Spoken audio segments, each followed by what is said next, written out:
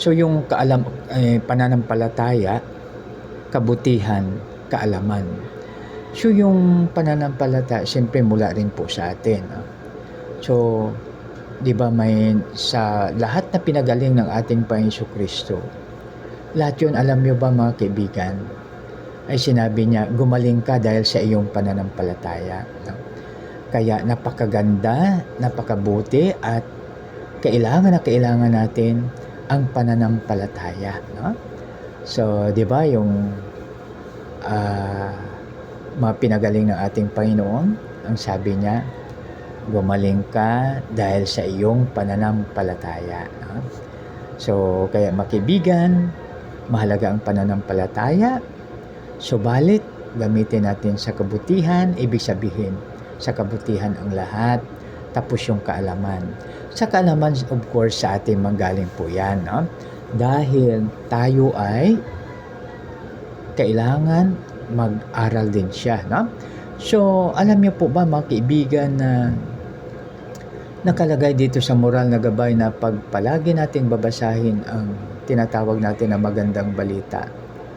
So, parang kapantay natin ang teacher pag tayo ay student. Kasi nakalagay naman sa moral na gabay ng estudyante, hindi niya pwedeng higitan ang kanyang teacher. No? Kahit anong talino niya, kasi teacher talaga yan. So, ibig sabihin niya na appointed yan o kinasihan ni Lord ang kanyang pagka-teacher o kung ano man ang kanyang posisyon. No?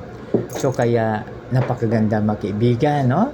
Alalahanin natin, bali 3 word lang yung ating bigyan pansin po ngayon. So, unang-una ay ang pananampalataya, tapos ang word na kabutihan, at ang word na kaalaman. No? Napakaganda mga kaibigan. So, pag may pananampalataya ka, talagang ano siya. No? So, mayroong isang tao na sabi niya, grabe ang faith niya. No? Ibig sabihin, napakalakas yung kanyang faith. Sabi niya, makabili ang grupo namin ng eroplano. So, ngayon, mayroong sabi, hindi ako maniwala. No?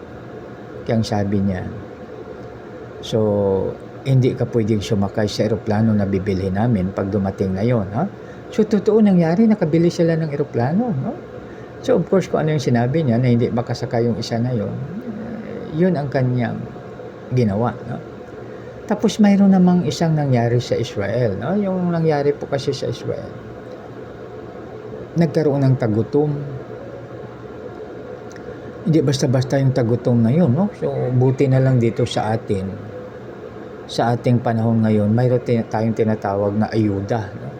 So, ibig sabihin, mayroong sakuna, mayroong bagyo o kung ano pa man, mayroon tayong kaagad na ayuda. No? Kaya napakaganda dito sa ating panahon ngayon, mayroong ayuda. No? May nasunugan, may ayuda. Pag may baha, may ayuda. No? So, ibig sabihin yan, ibig sabihin yan na anuman ang mangyari, ang ating pamahalaan ay tinutulungan po tayo. Ginagabayan po tayo, no? Kaya napakabuti at napakadakila ang ating Panginoon na ang pagpapala niya sa bansang Pilipinas ay hindi basta-basta, no? So, di ba, na alam natin, kitang-kita natin sa ating mga mata na pag mayroong tinatawag na pag mayroong sakuna mga kaibigan, mayroon tayong ayuda, no? Kaya walang problema, no? May ayuda po tayo, no? Yan, no? Basta tandaan natin mga kaibigan, ang tinatawag nating pananampalataya. Ulitin ko po, pag may sakit, pananampalataya po tayo, nagagaling.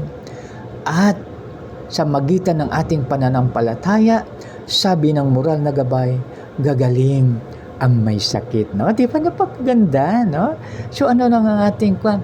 Tiwala tayo sa ating Panginoon na anuman ang ating hinginin, ang siyang ibibigay. Di ba pangako niya?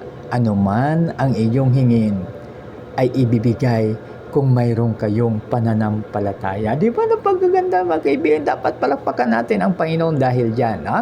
Sa kanyang pangako na yan. No? Kaya napakabuti, napakadakila ang ating Panginoon. Kaya anuman ang sitwasyon natin sa ngayon, Ano man ang ating naranasan, huwag po tayong mag-worry. No? Dahil pag mag-worry tayo, ang ating mga digestive system ay apektado. No? So kaya dapat full trust tayo sa ating Panginoon. Palagi tayong magtiwala ng kanyang pagbuhos ng pagpapala ay sumas sa atin. No? So huwag kalimutan, mahalaga ang pananampalataya. No? Dahil sa pananampalataya natin, anuman ang ating hingin, pagkagustuhan ng ating Panginoon, ibibigay niya po sa atin. Ha? So, mayroon ding isang halimbawa. No? So, halimbawa, ang bata pa lang mayroon na siyang pananampalataya. Ba sabihin niya, makatapos talaga ako ng kurso na gusto kong kunin. No? So, yun, siyempre, doon sa kanyang pagsisikap, of course, mayroong kabutihan. Tapos sa kanyang pagsisikap na yun, mayroong kaalaman kasi nag-aral siya. Ano man ang mangyari, whatever the circumstances, tuloy-tuloy yung kanyang pag-aaral.